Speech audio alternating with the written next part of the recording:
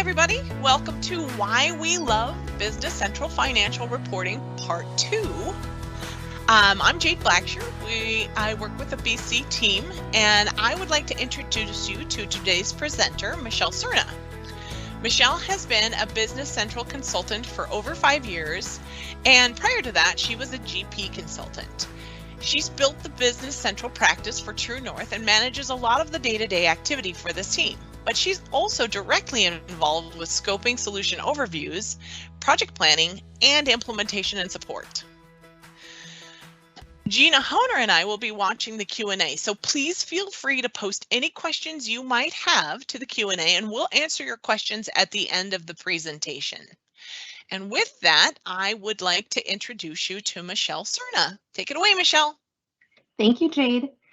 All right, everyone, thank you for joining us for our day 2 of Why We Love Business Central Financials. Yesterday, we went through dimensions, and I'll do a quick review of those dimensions now. So I'm just hopping into my magnification glass here to take a look at those dimension values that we're covering for our whole bean coffee business. We created dimensions for tracking our business line, the location of the services that we're providing, food, drinks, at-home coffee, merchandise, and services. We also went through and showed you guys how to add those dimensions to transactions and how to post those to the general ledger. So today, our goal is going to be how can we actually use that data that we are now inputting on our transactions and our entries and have them display in a way that makes sense so that we can understand how well or how poorly our business may be doing. To do that today, we are going to take a look at account schedules, which is Business Central's version of your financial statements. Now, the account schedules are very handy because they can also be used for any other types of reporting where you're looking at entries that have been posted to your general ledger or your budget. So let's go ahead and hop in, and I will show you a few examples. Now, to start off, I'm just going to show you a built-in income statement and what that might look like without any of our dimension data. So if I just do a quick overview of this income statement, I can see here there's not really that much information that I'm getting. I just have, my generic GL accounts. You can see income for services and product sales, but really there's nothing specific that tells me what areas of my business I'm having those sales in. So let's take a look at how we can create something that gives us more insight. I'm going to go up here and create new. And I would like a report that is actually showing me my sales by my business line. So I'm going to give this a code. It has a limited number of characters, so I'm just putting a shortened name here, but I have room for my description, sales by business line. And we'll keep this simple. We'll have a net change column default layout here. And I also want to assign an analysis view. We reviewed analysis views yesterday during our previous webinar, but I will just kind of follow up on what that means. I'll hop into this business line and location analysis view here. So I'm going to manage and I'm just going to view it. I can see that really what I'm doing is I'm adding 2 levels of dimensions to my financial reports. Now I can also run this analysis view without having to add it onto an account schedule like we saw in our previous webinar, but I'm going to show you how we can actually enhance our financial statements with this information. So we have business line and service location that we've added. Now what that's going to do for us, if I come into this business line sales and I want to process and edit my account schedule, I'm going to have a blank report, and this is where I can start adding on that information that I'd like to report on. So I'm going to show you a few different ways we could add on this information. I'll start with really simple. So I would like, let's just say my line of business, before I even start typing anything in, I'm going to put that business line in. So I can arrange this in the way that I'd like it to be visible. So I want perishable, I'd like goods, and then I would like my services. Okay, so let's title that. I'm going to title this perishable goods here. And I have my, perishable sales, and then I'll do my goods, goods sales, rename this guy here. And then my last one is my services sales.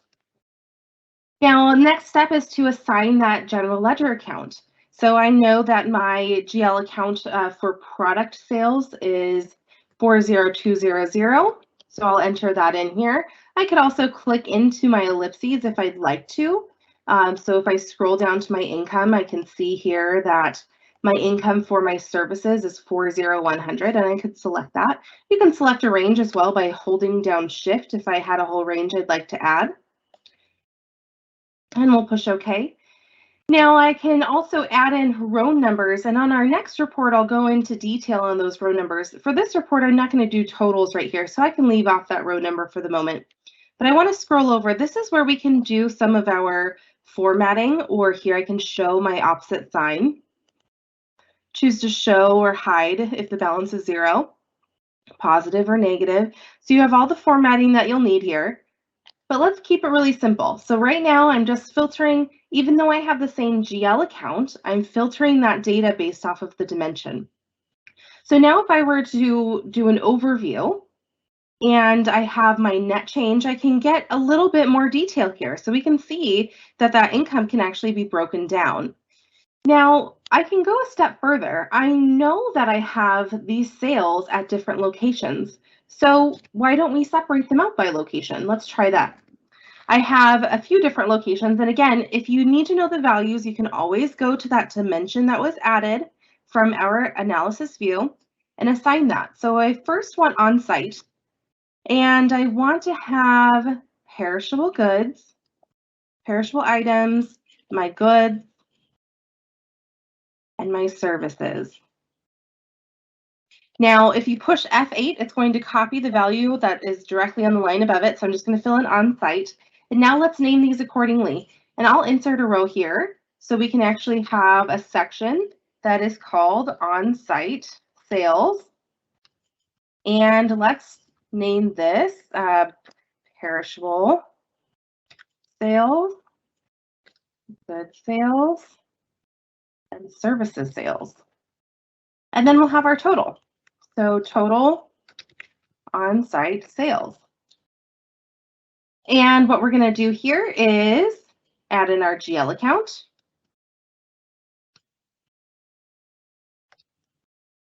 And I want to do both of these accounts. So I'm going to do 40100. And if I use the pipe, I get to say and. You can also use your ... for through. And I'm going to say here that I want everything that's on site. I do not have to differentiate between the three because I only have those three values. If I wanted to, I could. So this is what that would look like if I came in here and I selected all three of them by holding down Shift. It will put in my ... And again, if you wanted to, you could always list it out with your pipe to say and. And if I wanted to total the rows in between, I could, and that's where I would want to add on those row numbers. But since I'm just pulling all of the values that are for on-site, then I can leave it without row numbers. Let's add a little bit of filtering so that we can see what that looks like. Formatting here, I want to make sure that I have my show opposite signs on, and I want the bold on these lines. I could even come in here and I could add in a line if I wanted to. Let's say that this is a double underline.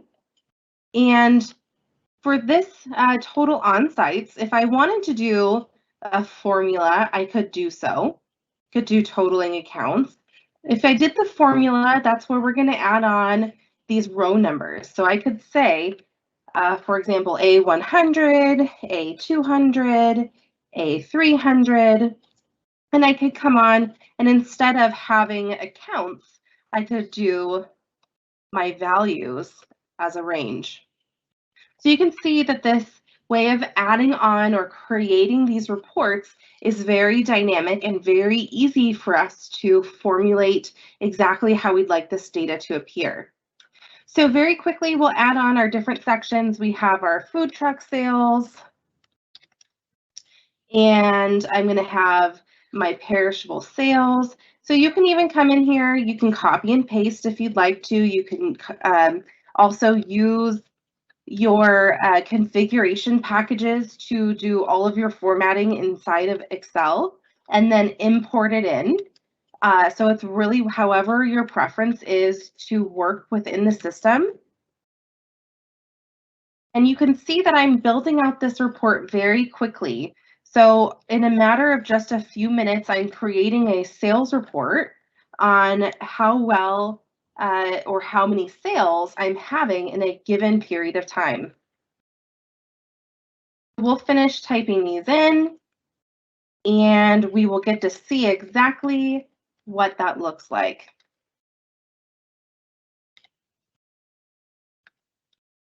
Okay. So I'm going to leave this back at our posting accounts just because I think it's pretty cool how we can use our pipe here to list out those accounts. And let's get these listed out on our other sections. So now for our food truck sales, the big difference here is that we're going to choose food truck instead. So let's just go through our lines here. We're going to push F8 all the way down so that we can get those values.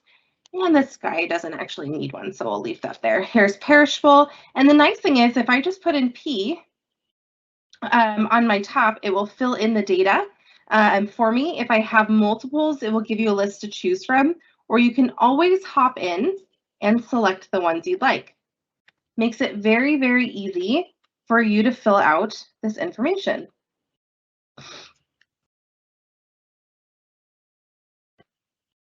Okay. So now to finish up our dimensions here, and our last choices on our service location. And we will F8 all the way down. And then we're just going to add on some last formatting here. And we're going to have a whole report for us. So I'm going to do my total bold and my beginning bold. And then we're just going to get our opposite signs here. All right. So now let's take a look and see what this looks like. I'm just going to go to process and overview. Now this is just an easy way for us to view our report without printing it out, but you can also print out these reports as well. So now we can see, instead of just having a generic income account, we actually have some other values. And one thing I just missed out on here, I want to add in this GL account. We're going to get data without that GL account. So let's add that on these last guys here. And then we'll have a happy report. So you can see how quickly it really is to be able to create these reports and get the data that you would like. And we have all kinds of information. So we know our on-site sales are the highest, particularly for our goods. And on food truck, we have a really good outcome with our perishable sales. So you get a whole different type of outlook and insight into what kind of business you're doing. So that's generating rows. That's our row formatting here. Now on our next report, we're going to take a look and we are going to explore the rows and the columns. A completely different report idea. This was by business line and service, but I actually really want specific information on my drink services that I'm offering. What drinks am I selling the most? Which ones are most successful? Which ones are the least successful? Maybe I need to take some items off of my menu or only serve them at a certain time of year. So let's make a report for our drinks. I'm just going to call this DR sales. And I'm going to do sales by drink. Now I'm going to leave my column layout blank for now because we're going to create that. And I'm just going to put on an analysis view that I've already created that is specifically looking at my drinks dimension values. And let's just hop in and edit that column layout setup here. Now, I'm going to go into depth here on how we do our numbering for the lines, our rows. We want to be able to differentiate, especially when we're doing totals, different types of row values. It's going to help us keep our report more organized and easier for us to find the values that we need to be totaling. So for here, I'm going to use headers and totals and posting accounts just like I did in the last report, but we're going to go a step further and actually have formulas in this report. So if I were to look at my drinks dimensions, I am looking at hot coffees and specific types of hot coffees, hot teas, hot drinks, blended, cold drinks, and I want to see how well these different sections are doing. So to do that, I'm going to actually separate them out. I'm curious how well in the month of August my hot coffees are doing versus my cold. So that's specifically what I'm going to break out in this report here. I'm going to start off with a section called hot beverage sales, and I'm going to call this H1000 for my row number. Now I'm titling it H because it's the header. You could really use whatever numbering system you want to. This is just our preference in order for us to be able to organize these reports. So heading 1000, H1000, and I'm going to put in my description, hot beverages sales. And we'll fix that typo here. And this is it's not really going to be anything special because it's just our heading. So I'm going to leave it pretty much blank here, other than I'm just going to hop over and I'm going to make it bold. My next line, this is actually going to be a posting account. So I'm going to name it P1000. So posting 1000. And this is going to be, if I come over, I would like this to be for my hot coffee section. So I'm going to hold down Shift and I'm grabbing all of my hot coffees. I can see clearly where it starts and it ends. And I'm going to report on all of those. And I'm going to call this hot coffee sales. And I want to make sure I put in my GL code. And I want to also make sure that I'm showing the opposite sign. If I want to, I can actually come in here and I can personalize my view. I'm going to hide a couple of columns because I don't necessarily need them in this view.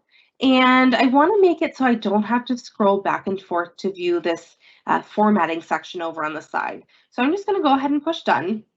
Now it's a little bit easier to be able to see that information. My next section, this is going to be my hot teas. It's still within my hot beverages. So I'm going to grab hot teas and I'm going to put in my hot tea sales. And now this is still a posting account. So I'm going to leave that P and I'm going to put 2000. Now the reason I make my number spread so large is if I ever add in additional sections, I want to have the room to be able to put in and format exactly the lines how I'd like them to be. So this is just giving me a lot of room to be able to work with in the future, and it's sustainable for me to adjust over the years if I need to. So my last section on my hot beverages was additional hot drinks. So if I come in here, I'm going to see my last section for hot drinks, and then I start getting into those cold drinks. So I can finish my hot drinks here by adding in my total hot beverage sales. Now, this isn't a header. It isn't a posting account. It's actually a totaling account. So I'm going to put a new section here. This is total 1000. And my totaling type is actually going to be a formula. So in this totaling column, instead of putting my GL account, I'm actually going to be putting in the rows that I'd like to be adding together. Now, because we also made this a numerical value instead of just an alpha value, I'm able to come in here and do that spread if I wanted to by doing the dot dot of the range I'd like to have. But you can also do a simple calculation of your values by doing your plus sign. So really whatever way works best for you. And I'm just bolding here and I've added up my totaling formulas. And this is going to bring and total all of the values for my hot beverage sales. So next I want to do my cold beverage sales. So I'm just going to get in my new header line. Oh, I've got the cap lock on here. So cold beverage sales. And I'm going to bold this line and I'm going to create the row number. And now we're going to start adding in our posting groups. So we want our specific code for our cold. The first one we have here is the blended beverages. So we're going to put in here our blended beverage sales. And we're going to start again with our posting group P4000.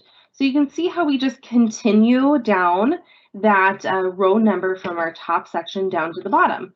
And it makes it easy to see exactly which accounts are posted accounts, headers, or totals throughout our entire process here. We'll put in that GL account, and we're going to show our opposite sign. And we'll go on, and I'm just going to quickly add in our other sections so we can move on. So I know that I have my iced coffees, my iced tea sales, and my cold drink sales. So now that I have all of my titles on, I can get my total of my cold beverages. And we'll want to just make sure that we are, again, labeling all of our rows here.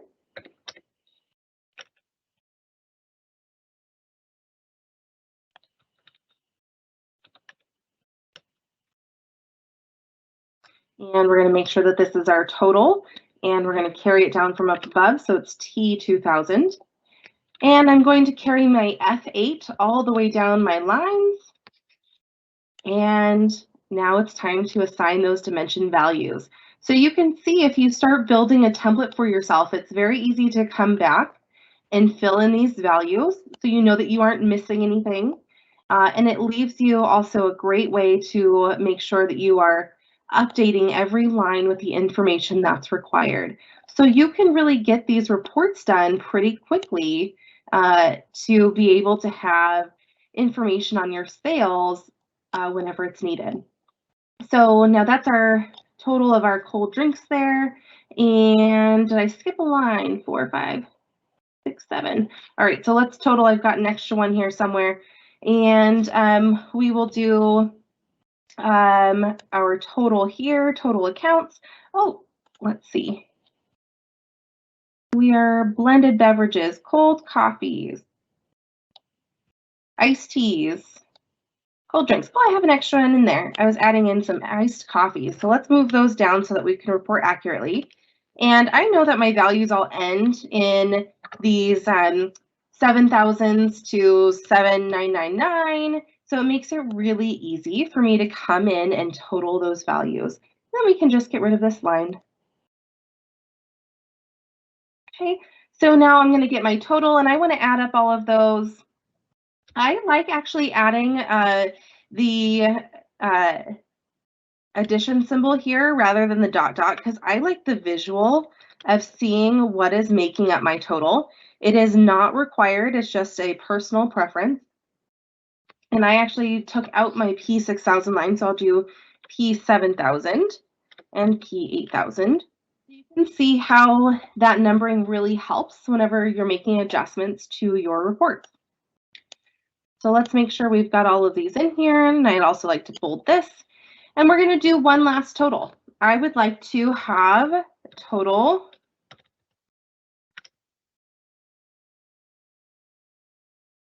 sales.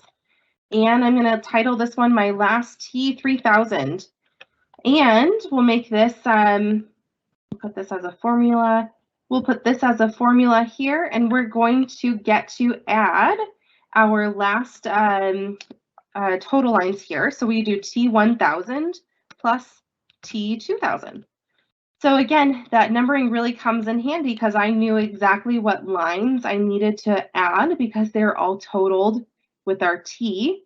Makes it very easy for us to find. And this line, I'll just go ahead and make this a double underline just for kicks. You can see you can do all kinds of formatting here if you'd like to.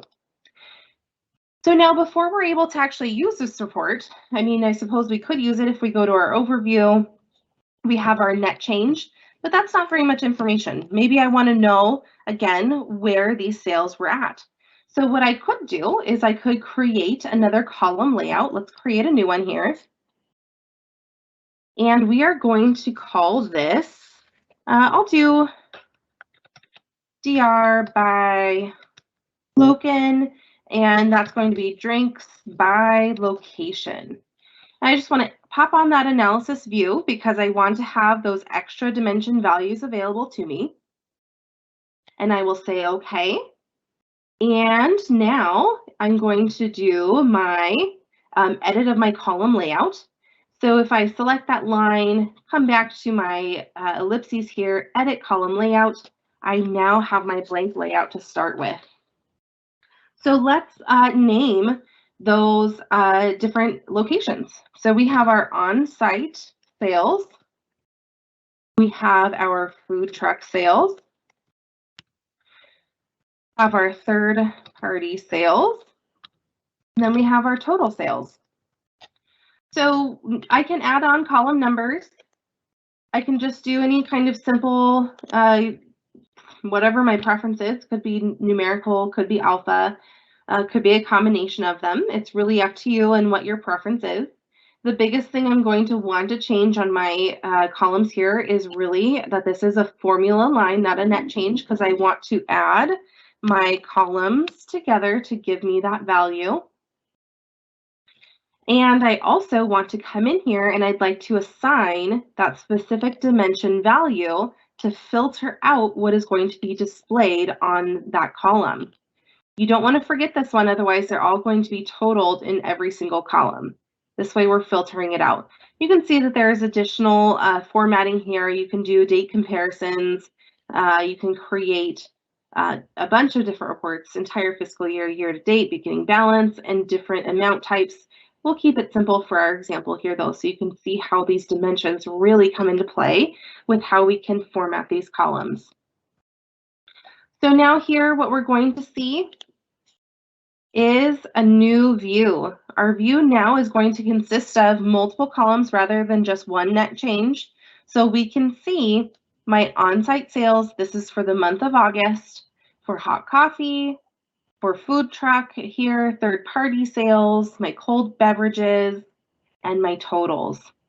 So your reports can be very, very dynamic. You can create whatever you want. You don't have to stick to your typical income statement versus balance sheet. You can have sales reports, you can have expense reports. You can really get all of that data that we're tracking with dimensions onto any type of report that you'd like to build. Now you can see in the last 30 minutes or so that we've created 2 different reports with a ton of different information utilizing several different dimension values. And we came up with a ton of data at our fingertips. And even from here in our overview, we can always dig in to get a more holistic look at all of the different charges and sales and expenses that we have for particular areas. I hope you guys enjoyed our presentation today and the webinar. And if you have questions, please reach out to your account managers at TrueNorthDynamics.com, and we are happy to answer any questions for you. Michelle, we do have a couple of attendees on. I didn't know if anybody that is on the webinar right now has any questions for Michelle on this. I realize that you probably came in halfway through. I apologize profusely for the technical issues with the webinar link. But if you have any questions, I know that we only have a couple people on here. Now's your chance to get some one-on-one information if you'd like from Michelle or from Gina. Gina's also on. So if you have any questions, let us know.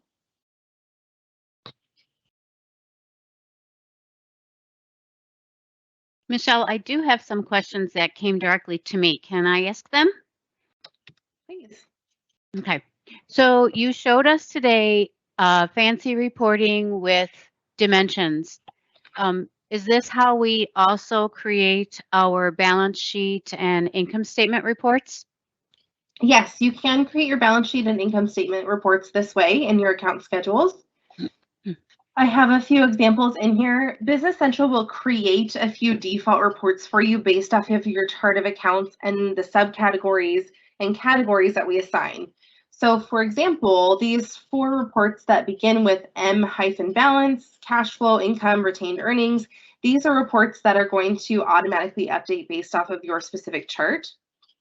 So for example, this income statement, this is what you're going to get out of the box. Now you can always create your own, and I pushed the wrong button because I was talking and clicking at the same time. You can always create your own, but just know that there's some that already come in for you. And they're very, very easy to create as well. So for example, if I were to come here and just quickly create a new one, we are able to insert different accounts very easily. I can come here and I can do insert GL accounts. And let's say I wanted to just grab everything in my balance sheet. I can scroll down here and I'm going to just hold down Shift like you would in Excel to grab all your lines and say okay. And it's just going to pop in all of those accounts for me. So you've already got a nice start to your balance sheet report that you'd like to build. Thank you. Okay, the next question is, can we do like a file save as? So can we have copy one account schedule and then just mirror it and make some minor changes? You can, yes. So if I wanted to, I can come in and edit my account schedule here, and I can grab, I don't do it often, so it's under one of these buttons here. I can grab a previous version of my account.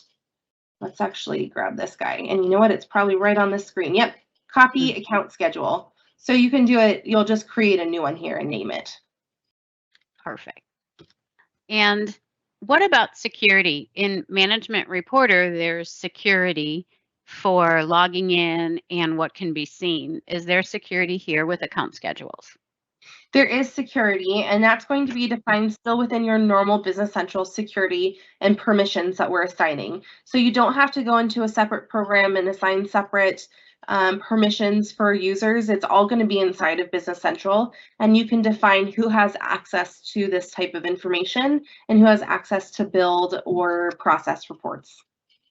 Great. If anyone has questions, just interrupt me because I have a couple others here too to ask. There's no questions right now. Maybe. Okay. How can I change the period that I want to generate the report for? To change the period, there's a few different ways depending on how we're processing that report. So if I'm going to go into something like my sales by drink, I can come here to print send and I can print this out. And I get to choose that column that I'd like to have. I can choose my starting date and my ending date. Now this is just to print out that report. So if I want to preview this, this can be a printed version. But we also can do that overview. I love the overview just because it's nice that you can click into all of these details. Now your view by is up at the top. So right now I'm viewing by month. I could choose by day, week, quarter, year, accounting period. So if I wanted to do by week and then I can choose the week, I can hand type in my date filter here, or you can come up and you can do your previous period and it's going to move it out so you can see that data. It's kind of fun to go in there by the specific date just to see everything. It's pretty powerful what we get to do with Business Central. Mm-hmm. Can I create a report that has 12 columns, January through December, and then a total? You can.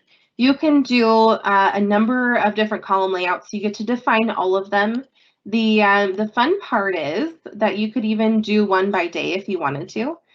We've done a couple of those where you can do the first day of the month through the last day. So, oh, this is month, not year. So very quickly, and I can rename this guy. If I wanted to, I can come here and create a new one, and I could just call this January, February, and so on. And we have these comparison date formulas, but we also have in our personalized tool where you can add on additional fields that you could use to create these reports. So I'm not showing everything right now. You can do comparison formulas as well. So if you wanted to say comparison period, so -1, -2, to get the previous periods rather than specific months, you can do all of those. So it's very easy because of these comparison periods and dates. You can put in here, you know, you want the first month, the second month, and 1M, and so on and so forth. Okay. And then I can use that column layout with multiple rows, right? It's not specific to a report. Correct. You could use these layouts for any report. Whenever you go to your overview or print out your reports, you get to choose. So just here under column layout, I could come here and choose which ones I'd like to use. Can we have budgets in our reports? You can. You can have budgets, and actually the budget right here, if I wanted to add on a budget, I could drop it in if I had a budget created from my list. So any budget that you have can be added to any of your reports that can be reported with those budgets. And then the last question I have on my list is, can we, well, it's a twofold question. Can we email the report and can we send it to Excel? Yes, you can do both. So the print and send function, you can always do send to PDF, Word, Excel, and get it out into Excel that way. You can also come over, and in that overview, there is the ability to export it to Excel this way. And you can create and save those Excel documents and then update if they're already saved to your computer somewhere. In addition, on our home screen here, we have Excel reporting, which is almost like Excel refreshable reports in Great Plains, where you can have these different Excel reports that you're exporting to your computer and saving, and do a refresh, and it will pull the data back out. And it will work the same way that we have those overviews where you can drill into information. Perfect. And I have one more that just came over. Sure. Can you show us how you schedule a report? Sure. So any report that you're running inside of Business Central, you're able to schedule. So from my financial statements here, I can choose, let's say we wanted to run our income statement. I can put in a date range. I can put in a budget if I'd like to. I can do any of my dimension filters. And then whenever I'm ready, I can come here and, oops, let me actually choose a different one. I have a default income statement here, and I don't care for that one. So let's actually do on our account schedules here. If I choose my sales and I would like to print,